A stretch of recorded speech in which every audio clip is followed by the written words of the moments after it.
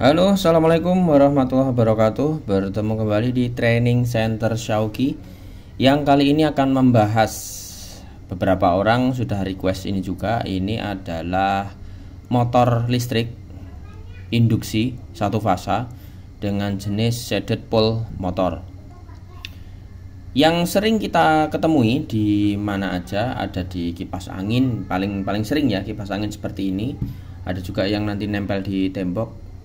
Ya, itulah yang paling sering ya. Untuk bentuk fisiknya seperti ini. Kalau misal kita bongkar, jadinya seperti ini. Dan beberapa komponen yang di sini bisa kita bahas. Pertama ada stator main coil, dimana di sini merupakan coil utama, bentuknya itu gulungan, yang pastinya di sini nanti akan diberikan listrik. Listrik apa? Listrik bolak-balik satu fasa. Biasanya di sini ada multi tap yang digunakan untuk mengatur kecepatan gitu ya.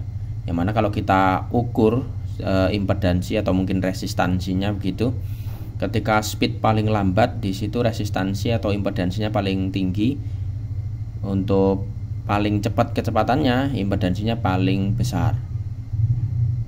Paling kecil, kebalik ya.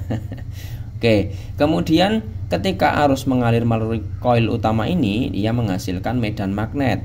Itu seperti di hukum Oersted, yang mana nanti medan magnetnya bisa berputar atau membentuk rotating magnetic field. Tapi tidak hanya dari main coil saja, nanti ada bekerja sama dengan coil yang lainnya.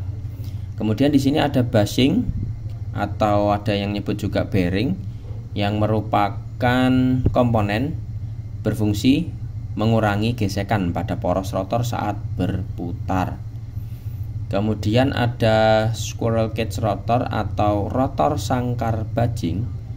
Ini tidak ada magnetnya karena susunannya kurang lebih seperti ini. Ada sangkar bajingnya di sini sebagai konduktor, yang mana nanti akan terinduksi oleh flux yang dihasilkan oleh coil. Kemudian di sini kalau udah terinduksi, karena di sini nanti tertutup rangkaiannya, maka akan muncul arus, dan setelah muncul arus akan muncul medan magnet. Gitu. Kemudian ada lembaran besi terlaminasi yang dia berfungsi untuk memperkuat proses induksi, memperkuat induktansinya, memperkuat kemagnetan.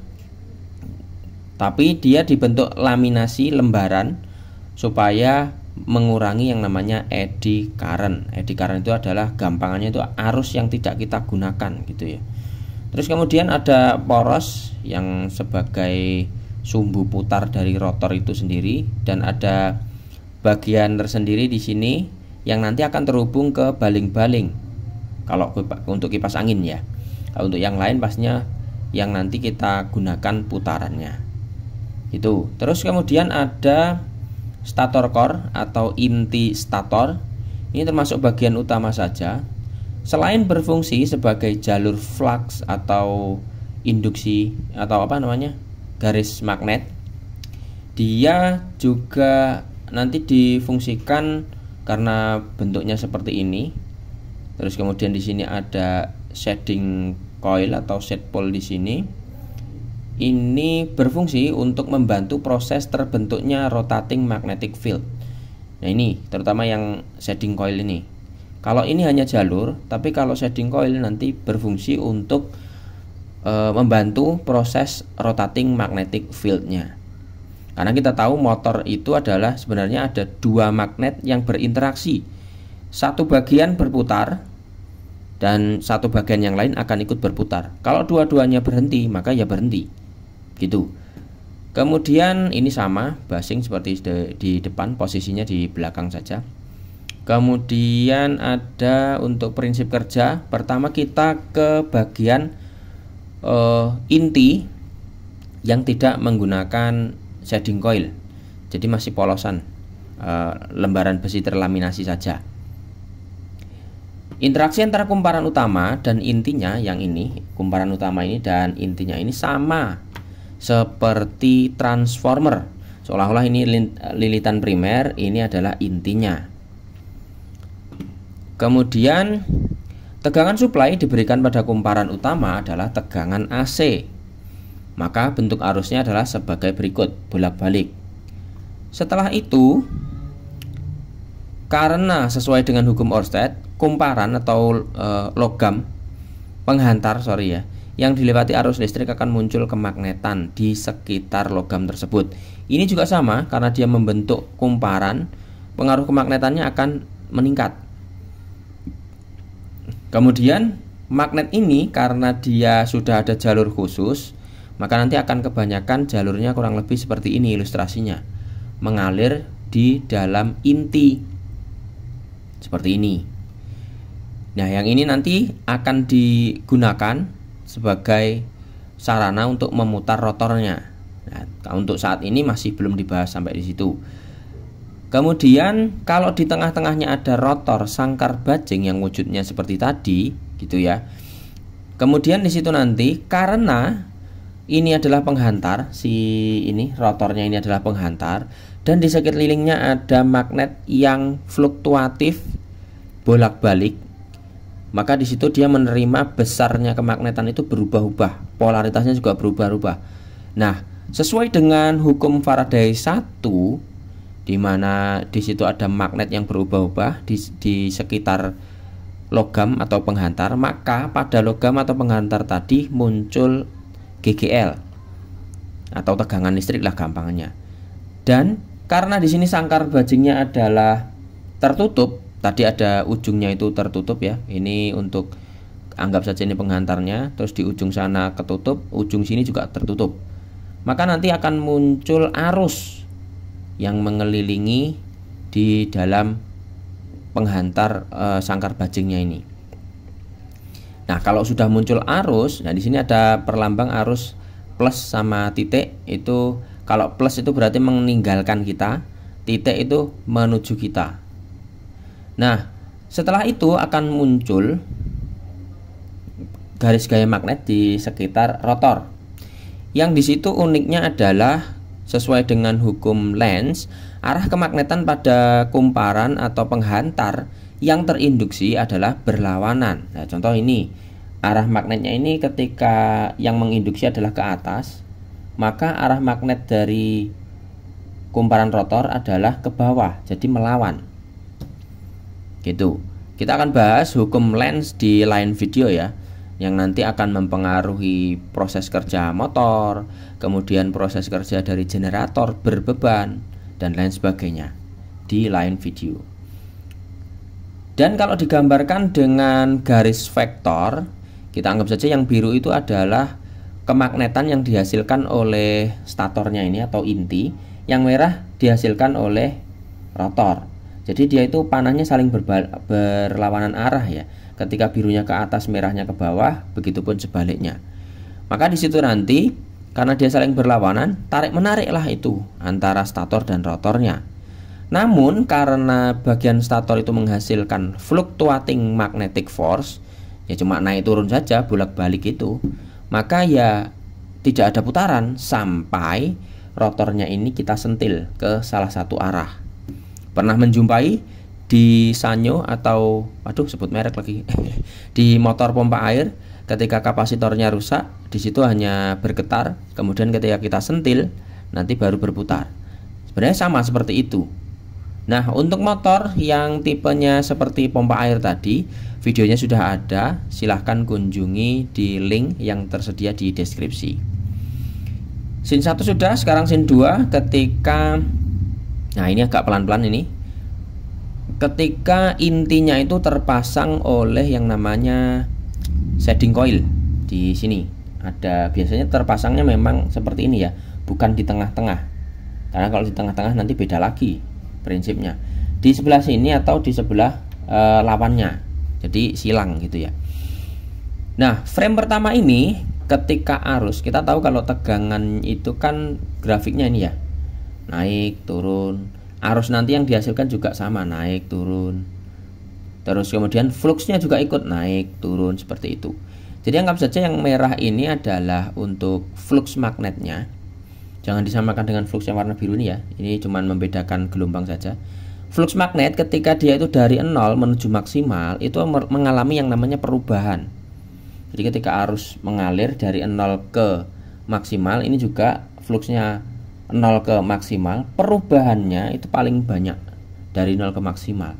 Maka di sisi shading coilnya dia juga akan bangkit kelistrikan, timbul arus karena dia itu bentuknya cincin, dan kemudian timbul kemagnetan, yang mana secara simpel arahnya akan berlawanan.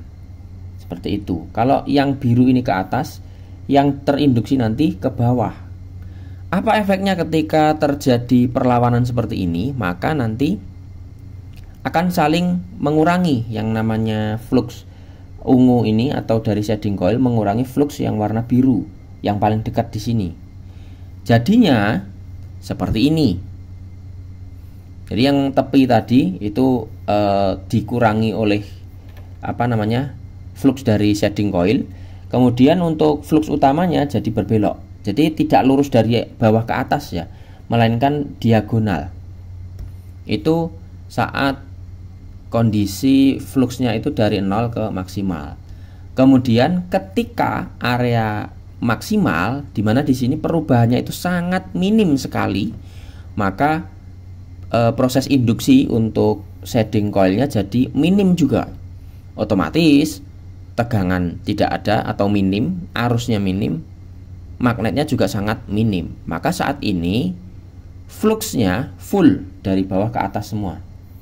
Jadi yang tadi diagonal, kemudian setelah dia nyampe puncak dia ke atas.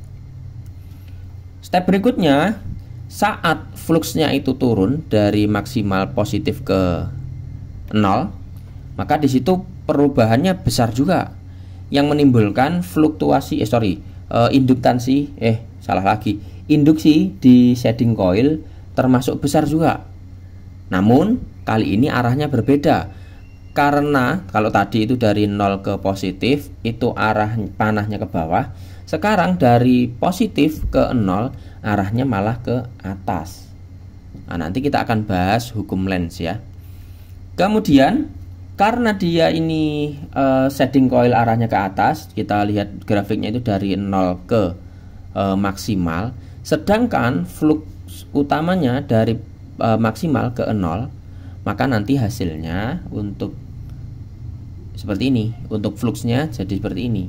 Flux utama makin lama makin mengecil, tapi fluxnya dari shading coil makin lama makin membesar, membentuk garis diagonal ke dua di sini. Yang pertama tadi kan ke kanan, tengah, kemudian ke kiri. Step berikutnya adalah ketika perubahan dari 0 ke negatif untuk flux utama menghasilkan fluxnya ini tetap dia arahnya ke atas. Tapi kalau kita lihat grafiknya ini dari positif ke 0, berarti menurun. Yang mana nanti hasilnya adalah seperti ini. Jadi ini kebalikannya dari yang proses pertama tadi, panahnya arahnya ke bawah. Kemudian menuju maksimal di bagian positif, dia lurus ke bawah lagi. Setelah itu dia ke bagian berikutnya dari negatif ke 0, ada penghalang lagi seperti ini, yang mana nanti hasilnya adalah diagonal, tapi arah panahnya ini kebalik dari yang sebelumnya. Yang mana kalau kita simpulkan sebenarnya gerakannya seperti ini. Memang tidak smooth ya, apalagi kalau kita ambil atau kita gambarkan menggunakan panah vektor, hasilnya seperti ini. Ini panah biru ini adalah kita anggap sebagai rotating magnetic field-nya. Jadi arahnya seperti itu. Memang tidak smooth, jadi putarannya itu tidak seperti putaran roda, yang mana tiap perbedaan atau geser satu sudut gitu aja itu smooth sama kecepatannya. Ini agak berbeda memang.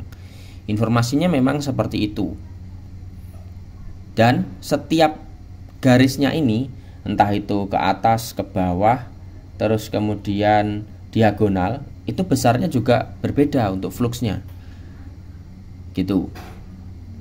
Itu untuk karakter dari RMF di motor shaded pole. Nah, kemudian kalau diberi rotor, Pak, ini seperti apa? Sebenarnya sama aja seperti motor yang sudah dibahas sebelumnya. Jadi kan kalau yang mulus itu kan kayak gini, yang ideal. Tapi kan untuk shaded pole itu tidak seperti itu. Nah, ini kalau memang induksinya itu sudah bukan induksi, magnetiknya itu sudah berputar, maka nanti akan menginduksi bagian penghantar di sangkar bajingnya ini, di rotor sangkar bajing. Ketika udah terinduksi, maka nanti akan muncul kemagnetan. GGL dulu, kemudian arus, setelah itu muncul kemagnetan pada rotor, yang mana ini nanti akan mengikuti. Mengikuti bagaimana? Akan ikut berputar seperti berikut ini. Jadi sebenarnya sama. Untuk rotornya itu proses kerja selama itu motor induksi itu sama, mau 3 fasa, 1 fasa pakai kapasitor atau shaded pole sama. Yang membedakan nanti adalah membentuk rotating magnetic field-nya untuk membalik putarannya dan lain sebagainya. Torsinya beda lagi. Itu. Jadi untuk hari ini sekian dulu ya untuk materi shaded pole-nya, shaded pole motor. Saya harap bermanfaat untuk teman-teman proses belajar. Ya memang ini untuk motor ilmunya ilmu receh sih. Untuk penjualan ya untuk kipas angin saja. Tapi nggak apa-apa, kita belajar supaya tahu. Dengan belajar hal kecil, insya Allah nanti kita akan belajar lagi hal yang lebih besar. Oke teman-teman, mohon maaf atas segala kekurangan. Terima kasih atas perhatiannya. Semoga bermanfaat. Bagikan ilmu ini jika dirasa perlu dibagikan. Assalamualaikum warahmatullahi wabarakatuh.